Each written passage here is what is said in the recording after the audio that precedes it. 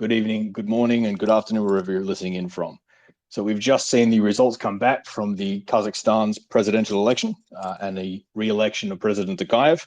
And we're having a fantastic panel tonight to discuss the results, what's changed since 2019, and what this might mean for Kazakh politics going forward. And joining our panel today is the fantastic Bruce Pannier, who's a freelance journalist focusing on Central Asia, Vyacheslav Abramov from Vlast, Luca Ancheschi from the University of Glasgow, and joining us a bit later on will be Diana Kudaibergan, who is a fantastic analyst on Kazakh affairs as well.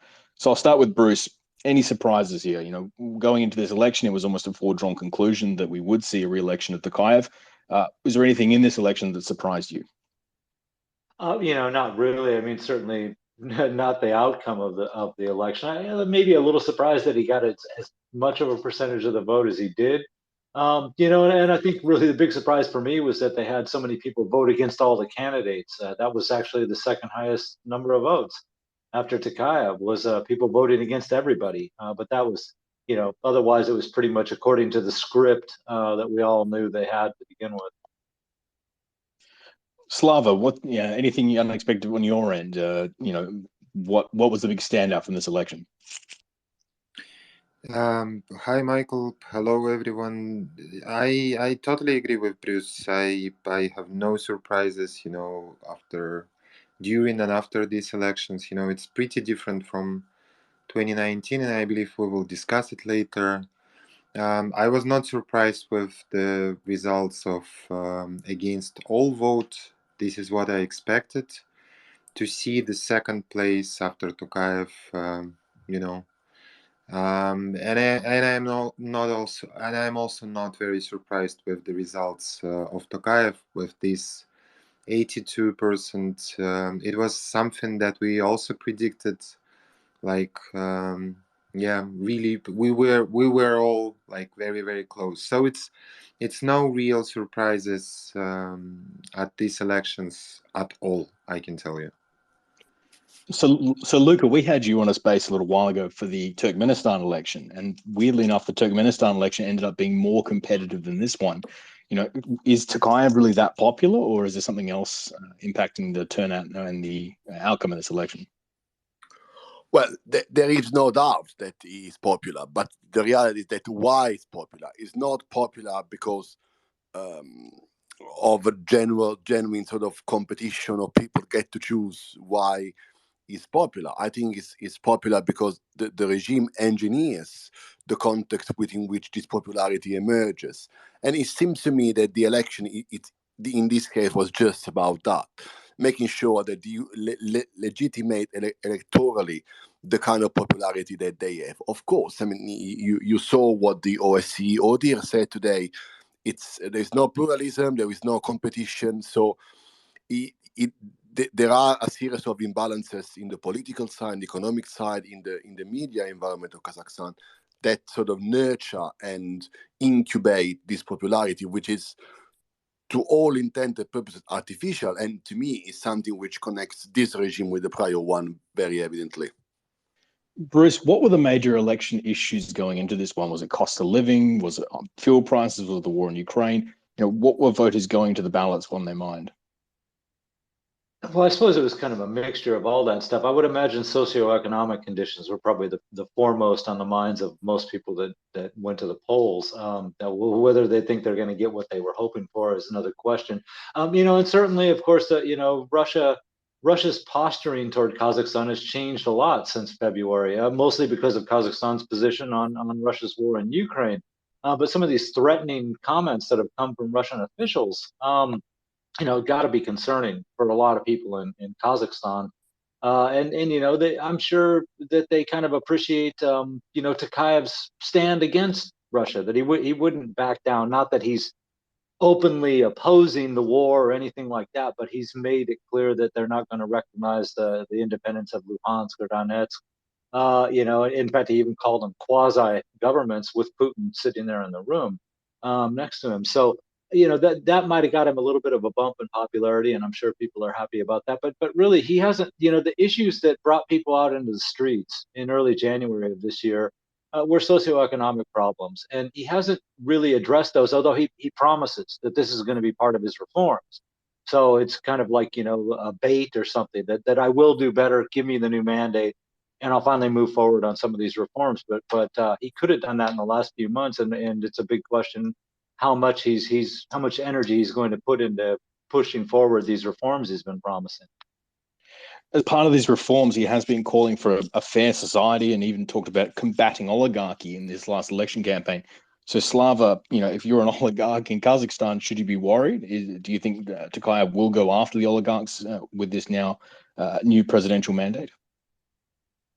Michael, I'm definitely not an oligarch, so it's tough for me to answer this question. What I hear from people from business society, they were like extremely confused in after January, when they were when it was like kind of unpredictable for them what can happen in the next few months, what will be Tokayev's and his team's first steps, including their steps toward business. What will be different, from the previous 30 years of very stable and corrupt government of Kazakhstan. And I can tell you that it's not a lot of changes in relations between government and business.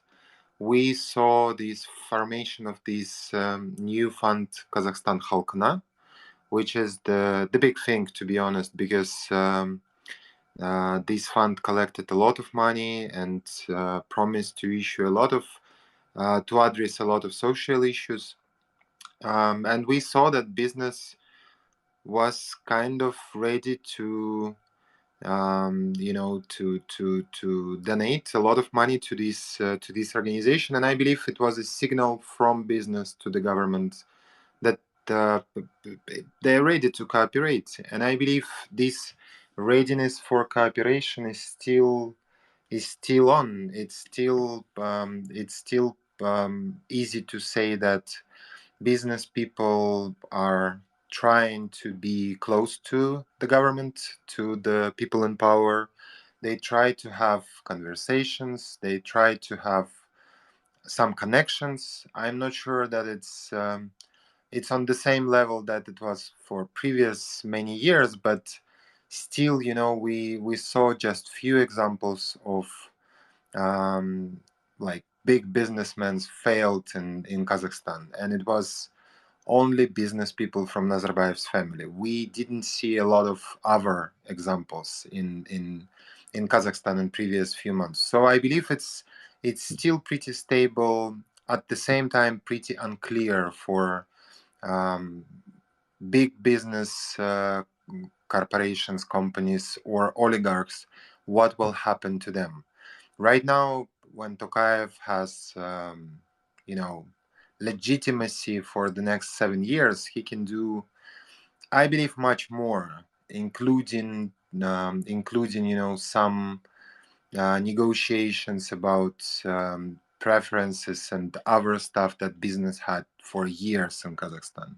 Let's see if this conversation will happen somewhere soon or after parliamentary elections, or like next year, or I don't know. But I believe this conversation will happen and something will change in this part of the society too. So, Luca, how does this next term compare to the previous one for Tokayev? What projects do you think he'll put as priority going forward? Well, I think that the most important feature of this next term is that there is no longer Nazarbayev hovering behind the scenes.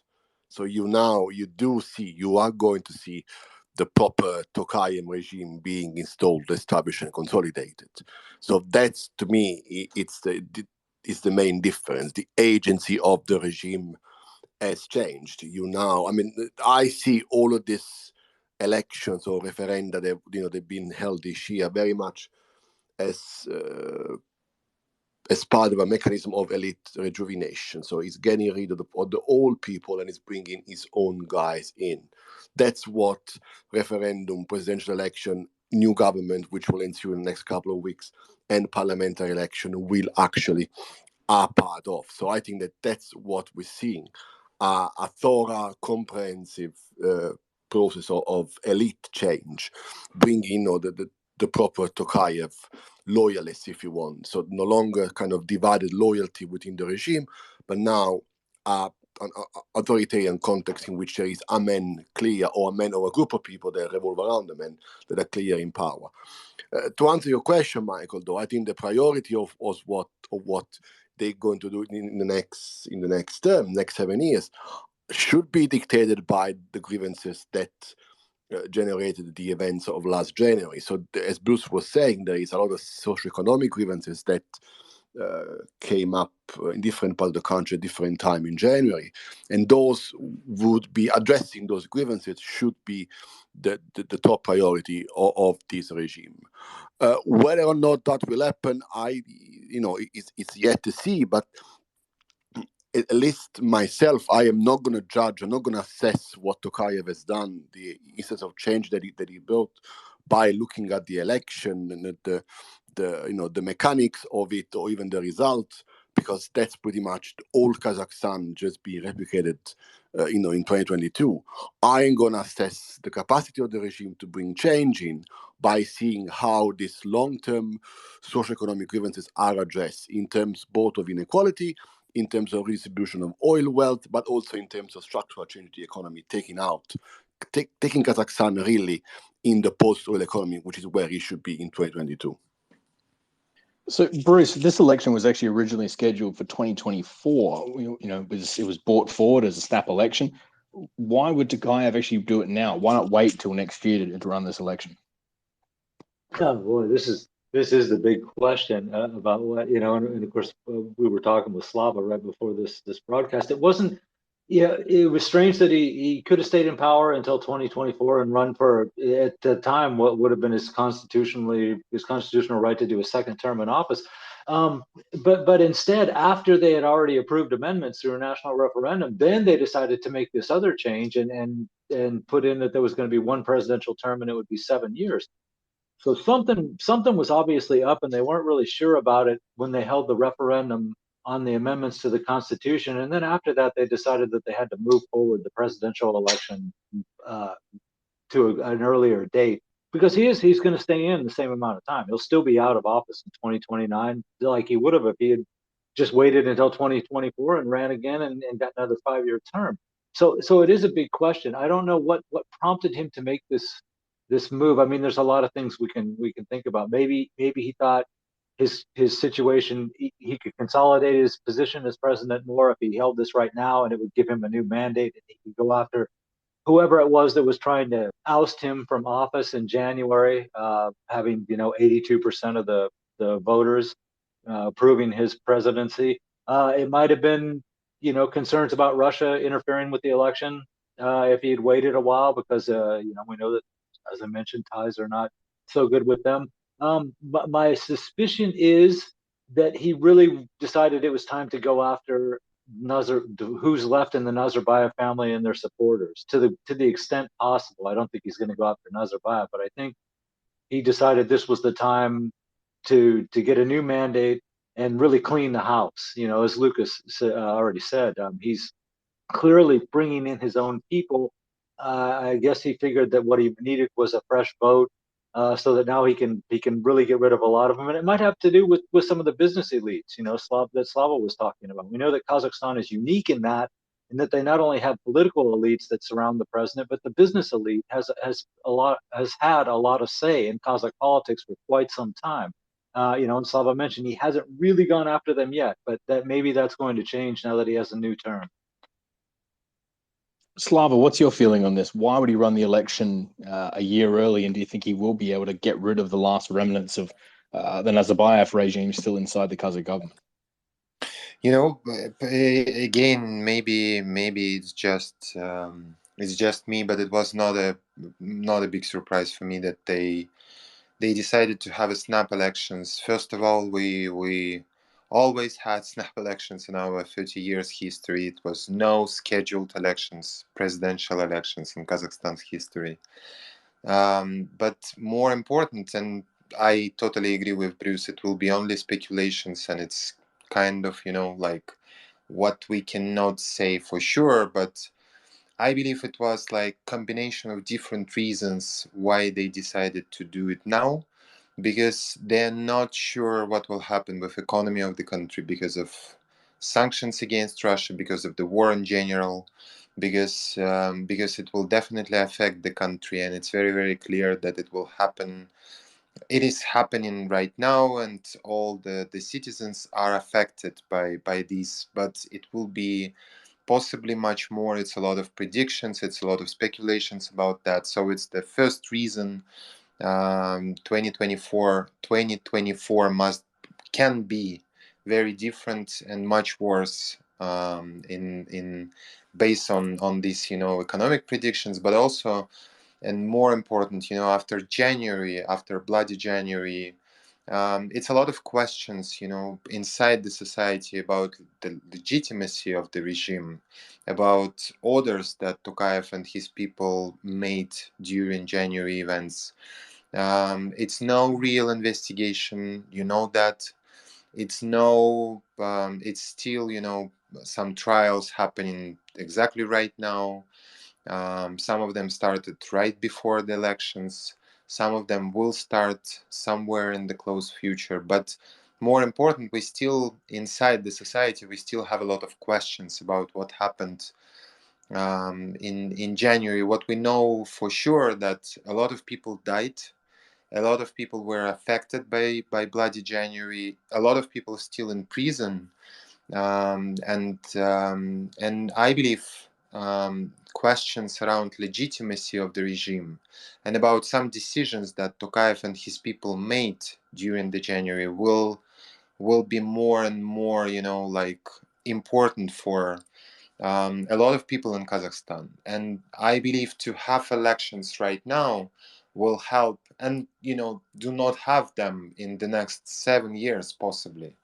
And I'm using word possibly again because we never had scheduled elections in our history. So I do think that the next elections will be also snap elections, but do not have these questions about what happened in January on table right now is good for Tokayev and his team.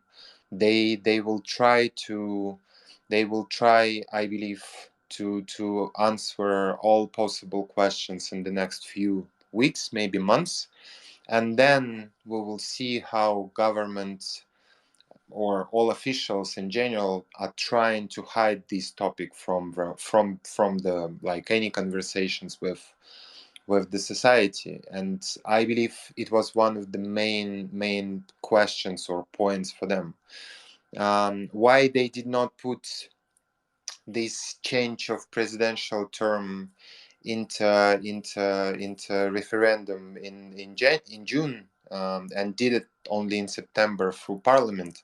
Maybe because they wanted to have this illusion that June referendum was about about ending of Nazarbayev era, and we saw a lot of speculations about that in official press and statements, you know, and in conversations between people who decided to go and vote yes for sure at referendum. And this September, what they did was pretty much close to what we saw in old Kazakhstan, and I believe it was kind of scenario from them from the beginning to have it like a two episodes, like short movie or short series, and have it like in these two parts, very different, one in June and through this mass support of the people, and the second one in September and via very handy parliament. So, Luca, we obviously have the parliamentary elections for Kazakhstan due sometime in the first half of next year. How do you think those results compare to tonight? I mean, Tokayev's come away with 81.6% of the vote. Do you think we're likely to see such a lopsided election when it comes to the parliamentaries next year? I mean, to be honest with you, Michael, I think those are the most important ones because you obviously have much more chances, many more opportunities to change the elite by appointing a totally new parliament. The reality is that I would be very surprised, positively so, but surprised nonetheless, if Kazakhstan allows independent parties to the elections of next year. So we're pretty much going to have 4 or 5 parties that nominate the candidates. Those are selected by the regime preemptively. They all form a legislative assembly that it's entirely controlled by the regime, which means that you have the possibility as the head of the regime to place more of your people in place. So to me, and I have a research project on this, looking at the elite in Kazakhstan in the last 6-7 years. To me, that's the most important election, because you are really going to see, well, I expect that, a significant amount of change in the deputies, not only, well, mostly in the government party, but also you're going to see quite a few dramatic change in the composition of the other faction or the other parties. So to me, that's the last step, but the most important step in this elite reshuffle, elite change that we've seen at play in Kazakhstan in the last 12 years. And of course, there is intermediate stage in all this, that the appointment of a new government, which should follow yesterday's election. So I think we're getting close towards the end. But by middle of next year, whenever these elections are going to be called, you're going to see a properly Tokayev regime. And I expect the next election to be exactly the same as this one. You see technocratic respect for the institution of the elections, no competition, no pluralism. Things work okay, but they empty of any political meaning. So, we're going towards the end of a long-term process. So if you just join us, this is a live Twitter space looking at the results of the Kazakh presidential election. And joining us today is Bruce Pannier, Vyacheslav Abramov, and Luca Ancheschi, as well as Diana Kudaibergan, who will be jumping in a bit later on. She's running a bit late. So Bruce, looking at who was actually on the ballot tonight, there were 5 candidates that were not allowed to register. Are these not being allowed to register just for clerical reasons, or do they actually pose any sort of threat to Tokayev if they've been allowed on the ballot? I don't think any of them would have posed a threat. I mean, some of them do seem to have been clerical problems, that the documentation, and so that's that happens. I mean, for instance, we had a person who's a Kazakh citizen who's currently living in Poland, and she wanted to run too, and obviously they said no, you can't. There's a number of criteria that you have to meet to be able to run for president, and then of course the signature gathering requirement and things like that. So these people, it seems that they simply couldn't fill all the requirements. I didn't see any names there that were likely to represent a huge challenge to President Tokayev. But that said, there really isn't that many people there, or anybody I can think of right off the top of my head in Kazakhstan that really could challenge him at this point. He's known to the people in Kazakhstan. A lot of people that maybe could give him competition just aren't as well known. They don't have the same opportunities to get publicity and get their word out. So if he had ran even in a fair election yesterday, he probably would have won, even if they'd let everybody that wanted to run in the election. I still think the result would have been, he might not have got as many votes, but he still would have been the winner in that. So that doesn't surprise me at all. You need time to build up an image, and no one's really had the time or the opportunity to build up an image as a legitimate competitor and an opponent for the incumbent in Kazakhstan. So just a reminder, if you have any questions you'd like me to pose to our panel, feel free to DM the Oxus Society and I can pose those to our fantastic panelists. Slava, how much of this election has actually been seen by the general public in Kazakhstan? How, are people discussing it around the water cooler? Are we seeing lots and lots of advertising? Or is it something that's very much in the background? These opposition candidates in particular, how much airtime have they actually had?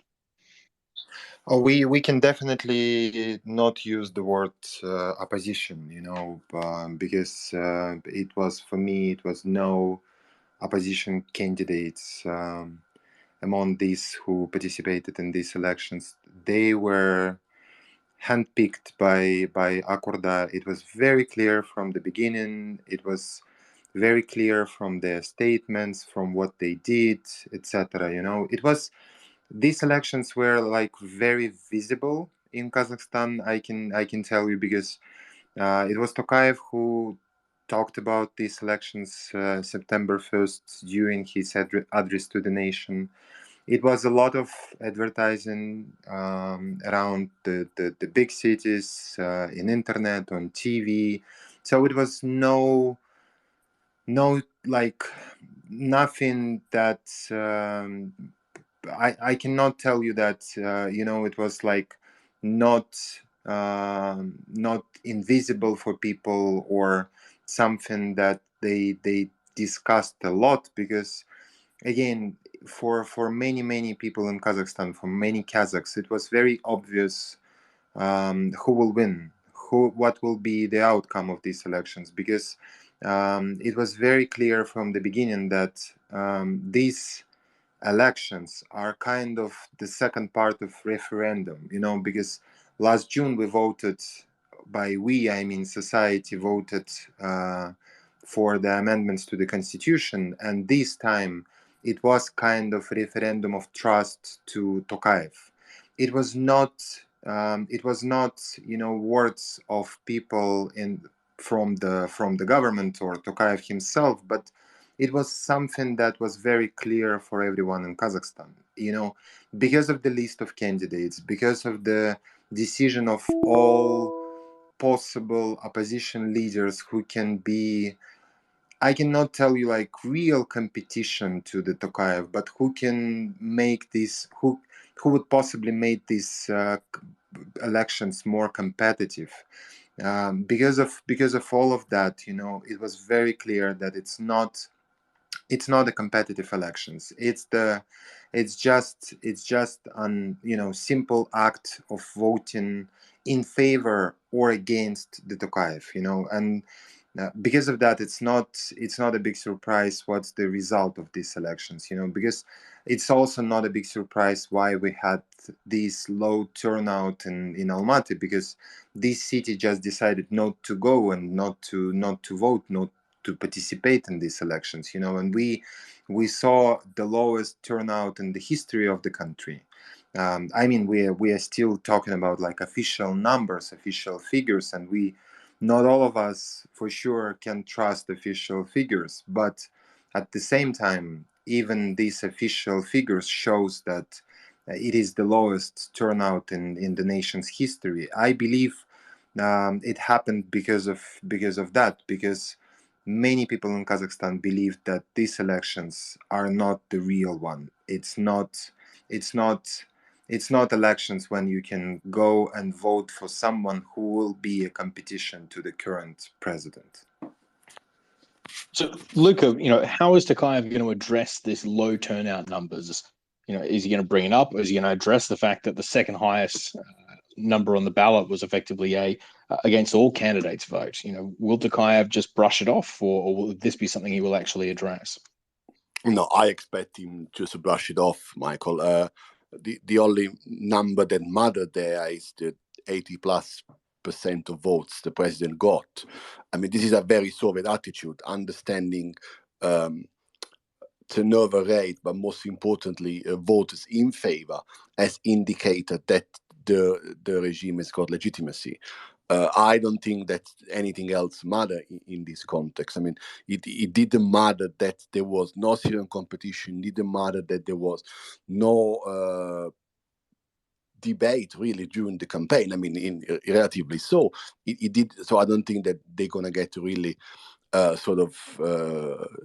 upset by the results or low results in Almaty, which, by the way, are entirely, to be expected. That's the most sophisticated city in the country. People expect more than just going and vote for figureheads. So I am not surprised at all. But ultimately, it doesn't matter. I mean, I think that we should stop treating this election as something that has got a democratic or electoral important. It is just a step in authoritarian consolidation. So to me, this is a very, to use what the government says, a very old Kazakhstan attitude. If there is such thing as new Kazakhstan, well, we'll see in the next few months. But so far, all that happened to me, well, with the exception, of course, of the getting rid of Nazarbayev power system, everything else is very old-fashioned Kazakhstan. So we'll see what's happening. But no, I wouldn't really expect the government to go and say, oh, we are sorry because people in Almaty didn't go to the police station. No, that's not the numbers that matter for them. Bruce, we were seeing lots of photos, when the polls were opening, of a pretty heavy police presence, particularly in Almaty. Do you think the government was worried that there would be protests or there would be, large riots against this election, or this was just precautionary moves by the government? Well, I mean, we should mention that there were some protests, but you're right, the large police presence scared them up. I think after what happened in 2019, there was bound to be a very large police presence. If you remember, what happened then, I mean, in the couple days leading up to elections, on election day and after election day, it really, things were wild in a lot of cities in the country. We saw police chasing protesters down the street and throwing them into vans and stuff. They didn't want a repeat of that, especially if you're going to build this as a democratic election and another step in the reform process. It's real bad optics when you're loading up buses, with dozens of people and carting them off to the police station. So I think they wanted to, have the police out there. Just to let everybody know, and hats off to the brave people who did go out and protest anyway. But I think the Kazakh authorities really wanted to send a message that if you come out, we're going to get you, and they did. There was even reports of people that were going out to demonstrate, and they barely exited their car, and they were grabbed by police and taken away. So, they didn't want to repeat of 2019, and they certainly ensured that couldn't happen yesterday. Slava, you were there in Kazakhstan for the election. What was the mood on the ground? Do you think people were resigned to the fact that Tokayev was going to get another term, or was there any hope for anything else? At the polling stations, what were the faces like?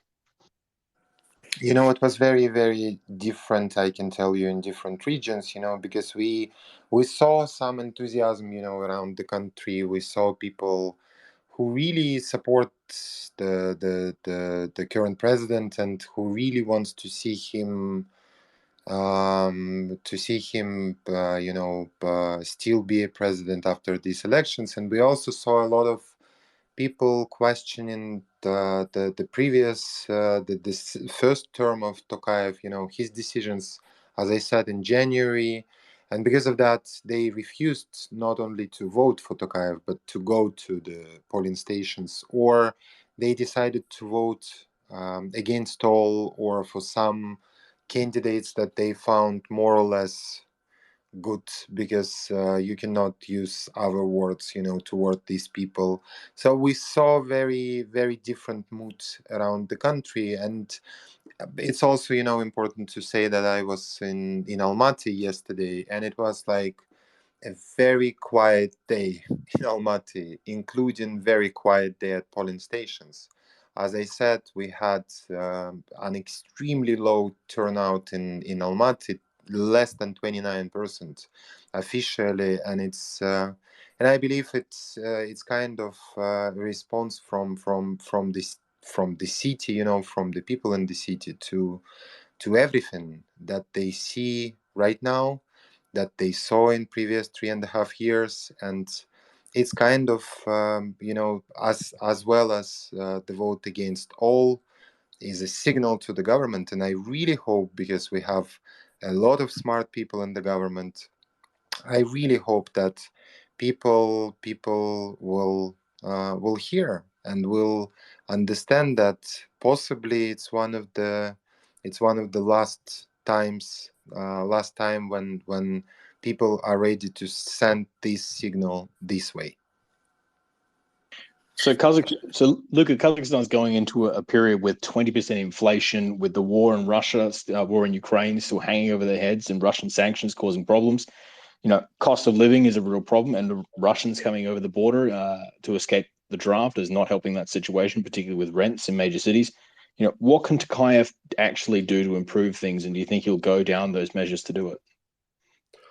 I mean, first of all, the reality is that we now know, and the people of Kazakhstan are very aware of that there is no longer Nazarbayev hovering behind the scenes, which means that it is Tokayev's show, and the agency of the show will let be attributable to him, which means when he's got primary responsibility to address all of these crises.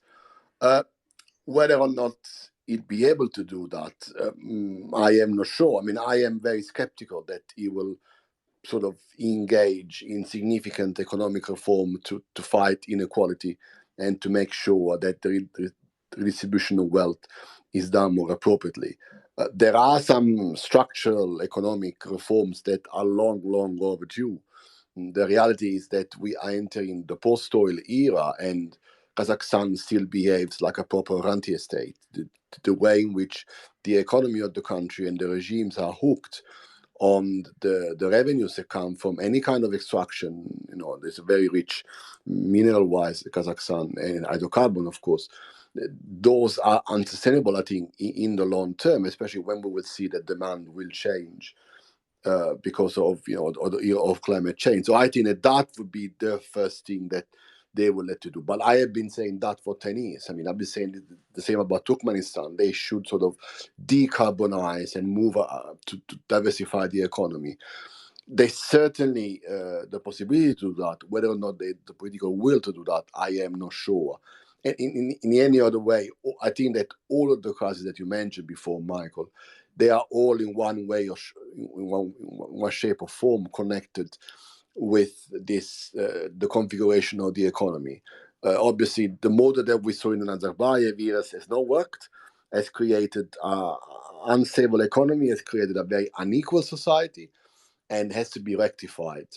Whether or not this regime will do that, I am not sure. They're saying they're going to do it, but whether or not they will engage in these, which to my mind are the only long-term reforms, which is the diversification out of hydrocarbon extraction, I am not sure. I mean, that to me is the parameters that will determine whether or not this is new or old Kazakhstan. So we are running toward the end of our time, and unfortunately Diana is still delayed, so we'll have to get her on another panel to chat about this subject. But Bruce, I'm going to ask this question to everyone. I'll throw it to you first. Is this a new Kazakhstan, and what do you think the biggest change will be between Tokayev's first term and this new one? Oh boy. I think that he probably isn't any new Kazakhstan, or it would be wrong to call it new Kazakhstan, but I think he will make some concessions, which seems to be the government habit for a long time. People start to complain, and it looks like the pressure is building up too much, and they kind of give everybody somewhat what they want. That I don't see that changing. They'll probably still continue with that kind of policy. There are some basic infrastructure projects in place which will probably help or give Tokayev something he can show for his term, like gasification projects, right? I mean, they're supposed to be finishing all these by 2025, and that will provide reliable power sources, heating to people. He'll be able to point to that. But I kind of agree with Luca. I don't see where they could make any major policy shifts. It's not in keeping with the government, and really the way that Tokayev has functioned and his actions since day one of him becoming, even acting president. You can see that a lot of the moves he makes are scripted, and it just echoes like things that we saw in the past. Nazarbayev, for instance, opposing getting rid of the parliament in 1995, right? I mean, on paper, publicly, he was saying he was against it. Then he was overruled by the Constitutional Court at the time, and immediately fell into line with that decision. And it was the same when they had the snap elections, in 1999 at the start. He was against it at first, but then when he was so-called overruled by Parliament, then of course he fell into that. And then we have Tokayev saying, in 2019, first day, maybe we should rename the capital. We should put it to referendum, and then just saying, okay, well, look, we're just going to rename the capital.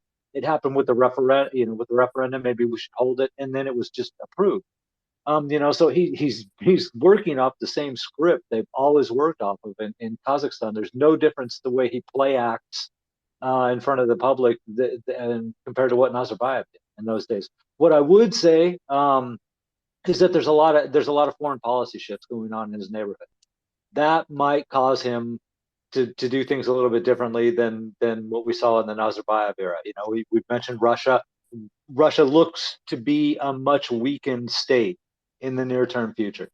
China, on the other hand, he's having to be more dependent upon China, looking for assurances for sovereignty and territorial integrity. generally Kazakhstan's foreign policy and trade is shifting a little bit westward and southward. You know, I mean, the European Union has always been the biggest trade partner of Kazakhstan, or certainly for many, many years. But they're reaching out to Arab states too, and they're having to deal with Iran for transport issues and connectivity issues too. So there's a little bit more dealing with the Islamic world, and I think that will also have a bit more influence in Kazakhstan's future. And Tokayev might have to adjust his policies to meet the new realities of Kazakhstan's changing foreign policies. So that's it. Slava, what do you think is the biggest change between Tokayev's first term and this upcoming one? You know, it will be deterioration of optimism in Kazakhstan during his second term. This is what I am expecting, you know, because the first time it was a lot of people who didn't vote for him, but who were still optimistic after the elections, because yes, he's as Soviet as Nazarbayev was. He is part of the system for many years, but still he has, you know, this, you know, different image, and he's using different words, and he's trying to be this guy who will reform the country. He pretends to be this guy, and it was a lot of optimism inside the society about upcoming years. I believe 3.5 years later, it's not a lot of optimism, but it's still some people who believes that something is, you know, like happening in the country. It's some changes that we can see, and more changes will happen soon. But more important, you know, I'm not one of them for sure, but you know, I'm optimistic about the future of the country in general, because I see and saw it in previous 3 years and many years back. I saw a lot of requests for changes inside the society, and I see it now. A lot of people in the country, they desperately want the country to change, you know, and they're working on that. They're changing the country by themselves. They're doing stuff. They're doing good job. They're creating spaces for others, for themselves, you know. They're running great projects. They are working on brilliant ideas, and because of that, you know, this country will be our one day, you know. And it happened not because of Tokayev or his people in power, but what will happen to them in the next 7 years. I believe people will lose optimism toward them, and will request more and more, or more often, to change the country while he is and his team in power.